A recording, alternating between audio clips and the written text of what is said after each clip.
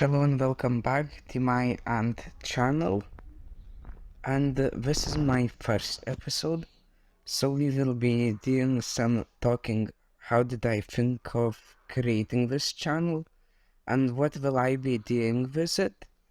Later we will be talking about the ants. So how I thought to create the channel? I thought of it when I was watching another ant YouTuber, Ants Canada, because I liked ants. And I got my own ant colony, and after that I thought why not to create my own ant channel. So I did it. If you liked this episode, you can have a look on TikTok. We will be uploading some stuff over there too.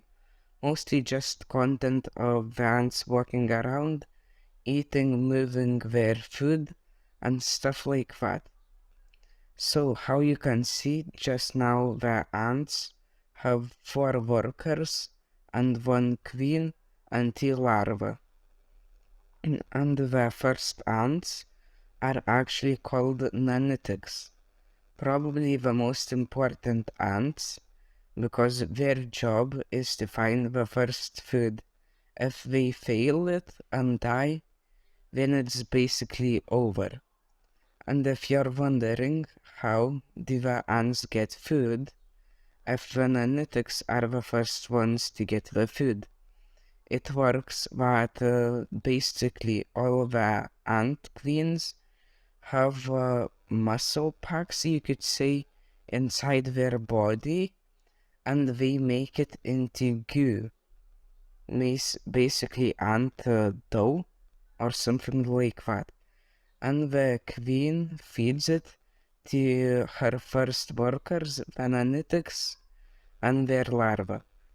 After that, then the ants are getting hungry or running out of food.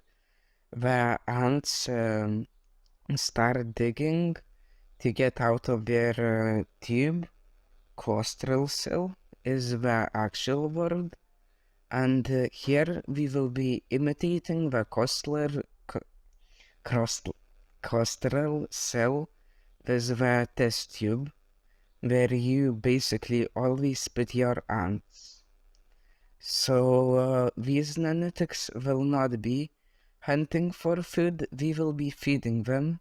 How you see here, we give them some high protein food. It's really good for the colony because the more protein they have, the quicker they grow. And this is a Camponatus cruentatus colony, and they are one of the ants that grow faster. And there isn't really a lot of unique stuff with Camponatus cruentatus. If I think that's how you should say it, because all of the ant names have, you can call them fire ant, army ant, but their real names are all in Latin with 2 words, so no one wouldn't get mixed up. And so, how I said, they don't have anything really unique. They don't have warriors, majors, or super majors. They do not have stingers or acid, so it's a pretty good starter colony if it's your first ant colony.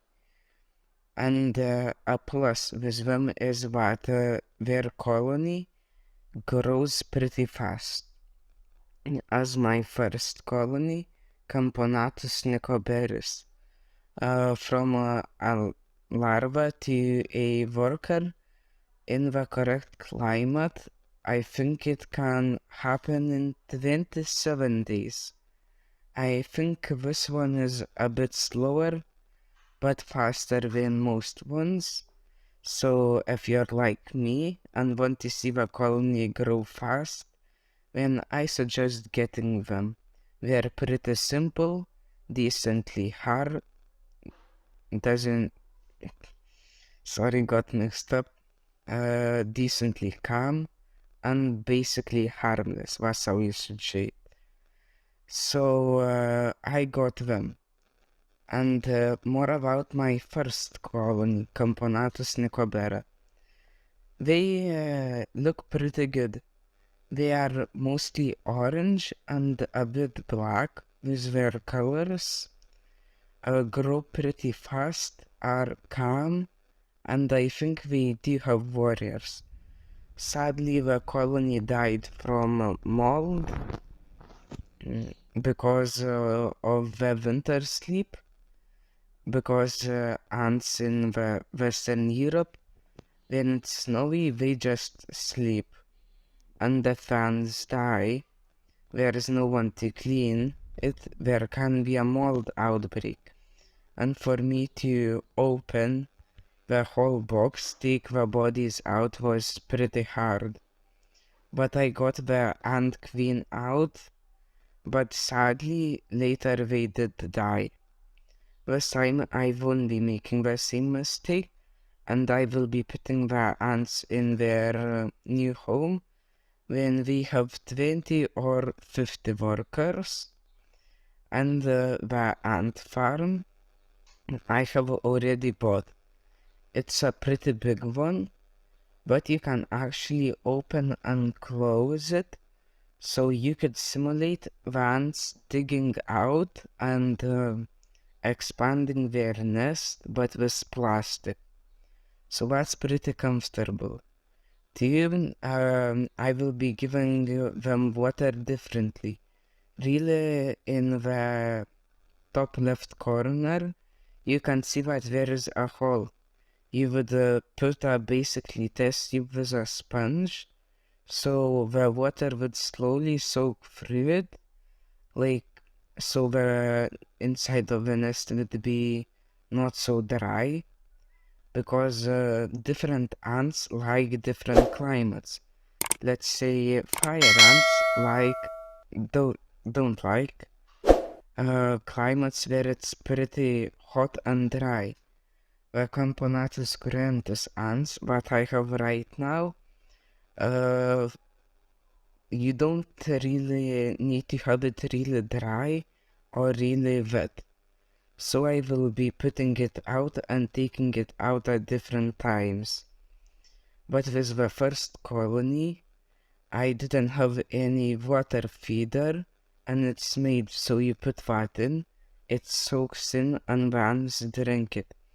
But it was too dry and mold came.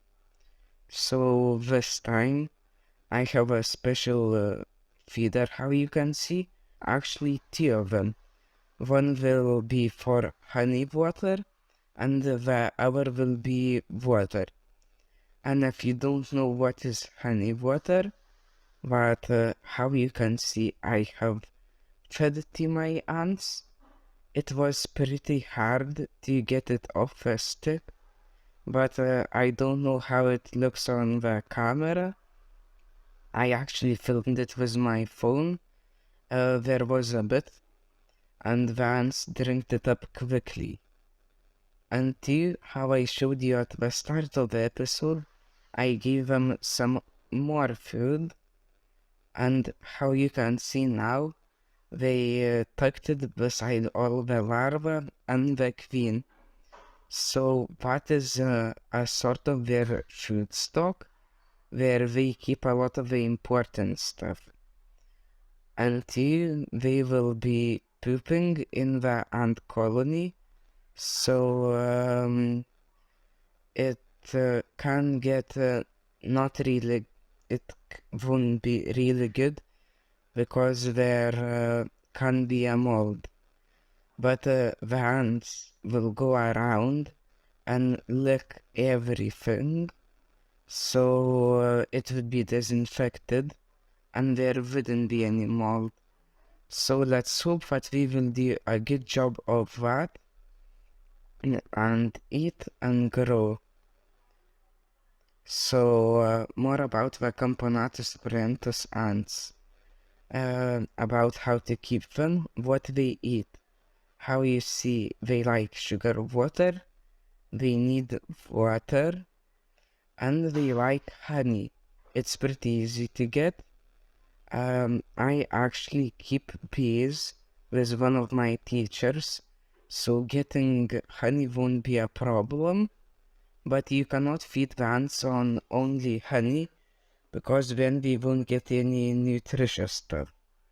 But for now, with the queen still degrading its muscle tissue, they should be fine. But to make sure that they would grow quickly, I give them some food and they should be doing good. So goodbye and see you in the next episode.